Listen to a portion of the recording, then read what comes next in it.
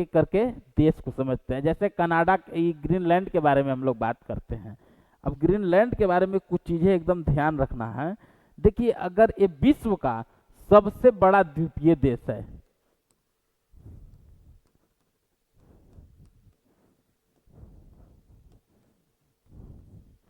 विश्व का सबसे बड़ा द्वीपीय देश है। आपके मन में एक और सवाल होगा कि सर ऑस्ट्रेलिया महादेश भी हम लोग पढ़े थे, तो उसको भी बताए थे कि द्वीपीय देश। ऑस्ट्रेलिया महादेश था, ध्यान रखिएगा, महादेश के साथ साथ देश है। अगर आपसे पूछेगा, इसलिए कि देश वो भी चारों तरफ जल से घिरा हुआ था, इसीलिए अब देखिए इसको क्यों, तो देखिए ये चारों तरफ जल से घिरा हुआ है, सबसे बड़ा ये द्वीप, पूरा बर्फ है, यहाँ कड़ाके की ठंड पड़ती है और बर्फीला क्षेत्र होने के कारण यहाँ पर गाड़ी बिना चक्का का है और उस गाड़ी को कहा जाता है स्लेज। स्लेज। अब जब स्लेज कहते हैं, जब चक्का नहीं है तो गाड़ी चलेगा कैसे?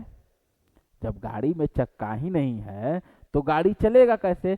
तो इस स्लेज को, तो वहां का इस स्लेज को जो खींचते हैं, वहां के पशु खींचते हैं। वहां का एक कुत्ता है, कुत्ता जिसका नाम है रेंडियर, इटीसी कुछ और वैरायटी होंगे, यही लोग इस स्लेज को खींचते हैं और लोग यहाँ से वहाँ, एक स्थान से दूसरी जगह इसी रेंडियर के माध्यम या वहाँ के अन्य जो जानवर हैं उनके माध्यम से ये लोग एक जगह से दूसरे जगह तक पहुँचते हैं। जैसे हम लोग गाड़ी कहते हैं वैसे ये लोग स्लेज कहते हैं, ध्यान रखिएगा। और स्लेज को जो खींचते हैं उनको रेंडियर कहा जाता है। रेंडियर कुत्ता यहाँ भी देखे होंगे, जो अमीर अमीर लोग रहते हैं वो लोग इस कुत्ते को लाते हैं, इसलिए इस बात ध्यान में रखिएगा। अब इसके बाद जो यहाँ का घर है, ऐसा नहीं है कि खाली यहीं पर बर्फ है। ग्रीनलैंड जो कनाडा का जो उत्तरी क्षेत्र है, देखिए ये सब जो कनाडा का उत्तरी क्षेत्र हम लोग देख रहे हैं, इस सब में जो बर्फ पे घर बना रहता है, ग्रीनलैंड में जो घर बना रहता है, उस घर को हम लोग इग्लू कहते हैं। उस घर को इग्लू कहते हैं। अब जैसे हम लोग यहाँ घर, मकान, अपार्टमेंट जैसे बोलते हैं, वैसे वहाँ के लोग ग्रीनलैंड में अगर कोई दो आदमी रोड पर खड़ा है, कहेगा कि चलिए मीटिंग किया जाए, तो क्या कहेगा कि अपार्टमेंट में चलिए? नहीं, हमारे यहाँ कहा जाएगा कि अपार्टमेंट में चलिए, वहाँ का लोग कहेगा कि नहीं इग्लू में चलिए, वहीं बैठ के मीटिंग किया जाएगा। तो इग्लू वहाँ के क्षेत्र, वहाँ के घर को इग्लू के नाम से जानते हैं, इग्लू कहते हैं। बात ध्यान रखिएगा, जो एग्जाम में आएगा। और सबसे बड़ी बात कि इस पर डेनमार्क का अधिकार है। और डेनमार्क कहाँ का है? तो यूरोप का देश है। इसलिए हमेशा याद रखिएगा, इसलिए कि जब उत्तर अमेरिका के क्षेत्र में है तो सब लोग को पता रहता है कि उत्तरी अमेरिका के ही क्षेत्र में है, कोई नहीं जानता है कि इस पर डेनमार्क का अधिकार। तो इस पर डेनमार्क का, जिसको बीपीएससी भी पूछा है, कई और प्रतियोगी परीक्षाएं में भी एक क्वेश्चन आ चुकी है कि ग्रीनलैंड देश पर किसका अधिकार है। ग्रीनलैंड कह रहे हैं, हाँ ग्रीनलैंड पर, तो आप बताइएगा कि डेनमार्क का अधिकार है। जब इतना बात हम लोग देख लिए तो देखिए वहाँ के द्वीपीय देश, सबसे बड़ा अगर विश्व में पूछेगा कि द्वीपीय देश का नाम बताइए तो आप क्या बताइएगा?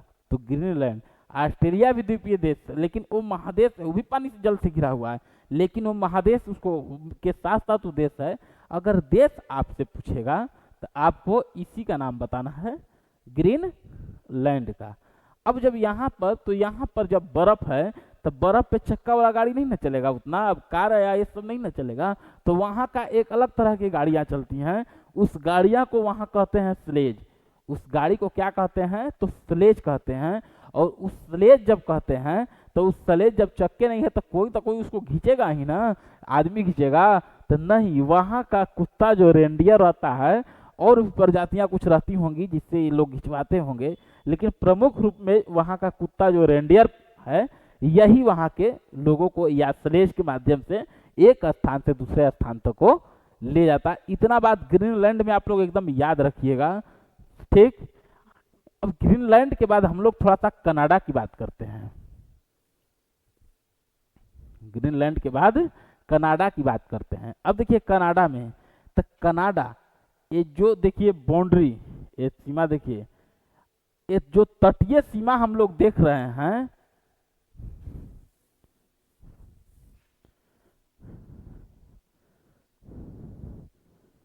ये जो तटीय सीमा देख रहे हैं, ये विश्व में ये दो देश के बीच में तटीय सीमा सबसे बड़ा है।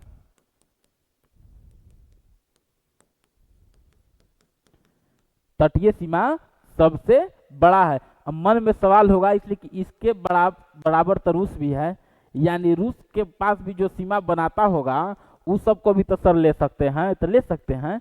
लेकिन हम क्या बोले कि दो देश के बीच में, ये रूस के दौरान जब पढ़िएगा आप लोग, जब हम पढ़ाएंगे तो कई देश हैं, छोटा छोटा छोटा छोटा छोटा, दो देश के समानांतर, यानी दो देश, अभी अमेरिका और कनाडा के बीच में कोई और देश इन मकर रहा है तो नहीं, तो दो देश के बीच में सबसे बड़ा तटीय सीमा यही कनाडा और अमेरिका के बीच में बनता है पूरे विश्व में। आप लोग इस बात को ध्यान में रखिएगा।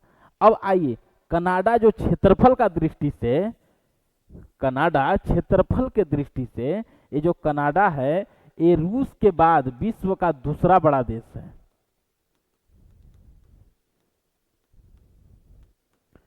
दूसरा बड़ा देश क्षेत्रफल के दृष्टि से ये हमारा कनाडा ही है। और कनाडा का राजधानी क्या है, तो ओटावा।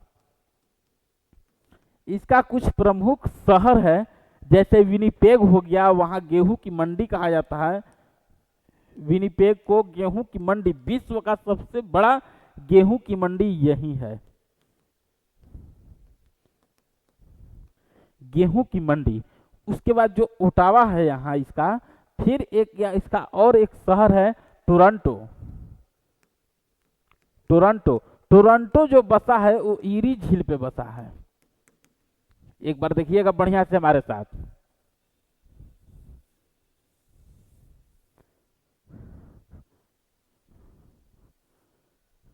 देखिए कनाडा के बारे में हम क्या क्या बताएं। ये क्षेत्रफल के दृष्टि से रूस के बाद दूसरा बड़ा देश है। दूसरा बड़ा देश है। उसके बाद क्या बताएं, इसका राजधानी ओटावा है। ओटावा इसका राजधानी है।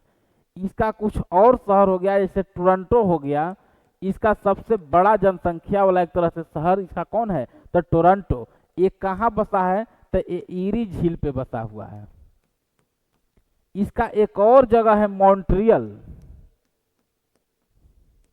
ये मॉन्ट्रियल जो कोको कोला हम लोग देखते हैं, तो इस कोको कोला का प्रधान केंद्र यही मॉन्ट्रियल में है। कोको कोला जो आप लोग पीते हैं उसका प्रधान केंद्र इसी मॉन्ट्रियल में है। टोरंटो जो है उसका बड़ा शहर है, जो ईरी झील के किनारे जो शहर बसा हुआ है। इसका एक और जगह है विनिपेग। ये सबसे बड़ा विश्व का गेहूं मंडी कह सकते हैं। जैसे हम लोग पढ़े थे क्या कि ब्राजील में देख रहे थे हम लोग कि ब्राजील में किसका खेती होता था, कॉफी का। कॉफी का सबसे बड़ा मंडी भी था वहां पर। ठीक उसी प्रकार तो ये विश्व का एक तरह से गेहूं का मंडी ये है आपको कहाँ, तो विनिपेग में। मॉन्ट्रियल, तो यहाँ पर कोको कोला का जो है यहाँ पर जो प्रधान केंद्र है।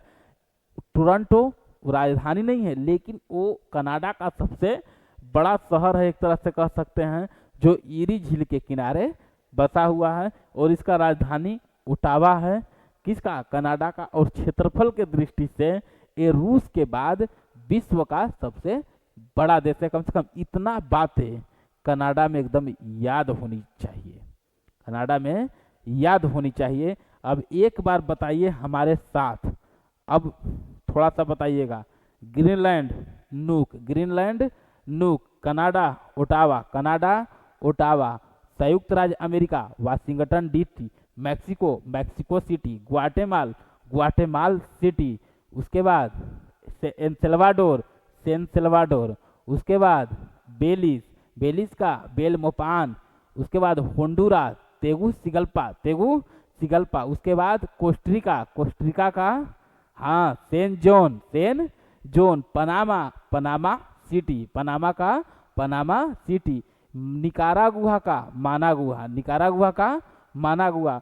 फिर कैरेबियन द्वीप के बारे में हम बताए थे, वहां पर क्यूबा, क्यूबा के राष्ट्रीय अध्यक्ष कौन थे सबसे ज्यादा समय तक? तब फिदिल क्रास्तो, फिदिल क्रास्तो, जो लगभग 90 साल तक वहां राष्ट्राध्यक्ष रहे थे। क्यूबा के बाद हैती, हैती के बाद जमैका, जमैका के बाद बरमुडा, बरमुडा ट्रेंगल के बारे में अभी हम आप लोग को बताएं। उसके बाद बहमास, उसके बाद बहमास, बहमास का राजधानी नसाउ, बरमुडा का राजधानी हैमिल्टन। लगभग आपको आउटफिट उत्तरी अमेरिका के बारे में भी आप लोग को मिल चुका होगा। ग्रीनलैंड पे किसका अधिकार है? तो वहां पर डेनमार्क का अधिकार है। किसका अधिकार है? डेनमार्क का अधिकार है। ये जो अलास्का का क्षेत्र है, इस पर किसका अधिकार है? तो इस पे अमेरिका का अधिकार है। इतना बात आप लोग समझ चुके होंगे। अब कनाडा के बारे में, ग्रीनलैंड के बारे में, सबसे बड़ा द्वीपीय देश विश्व का, तो ग्रीनलैंड।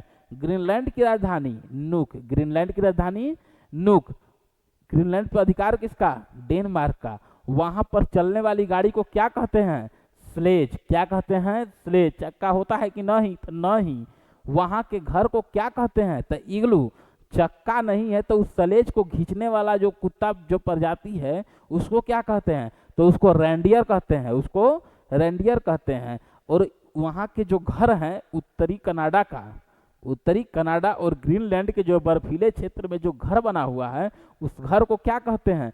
तो इग्लू। जैसे हमारे भारत में अपार्टमेंट बोला जाता है, उसी प्रकार वहां पर रहने वाले लोग अपने घर को, बर्फीले क्षेत्र में बने घर को इग्लू कहते हैं।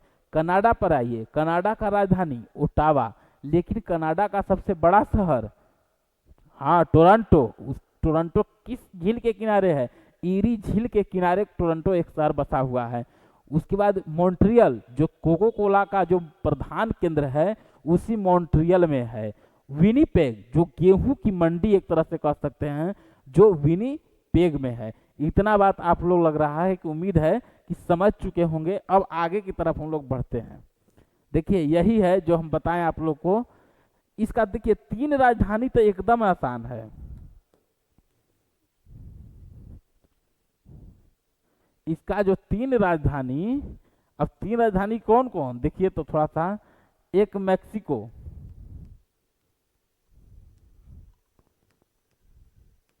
Guatemala, Panama. अब बताइए कि तीनों याद करने में कोई दिक्कत है? सिटी लगा देना है, हो गया राजधानी।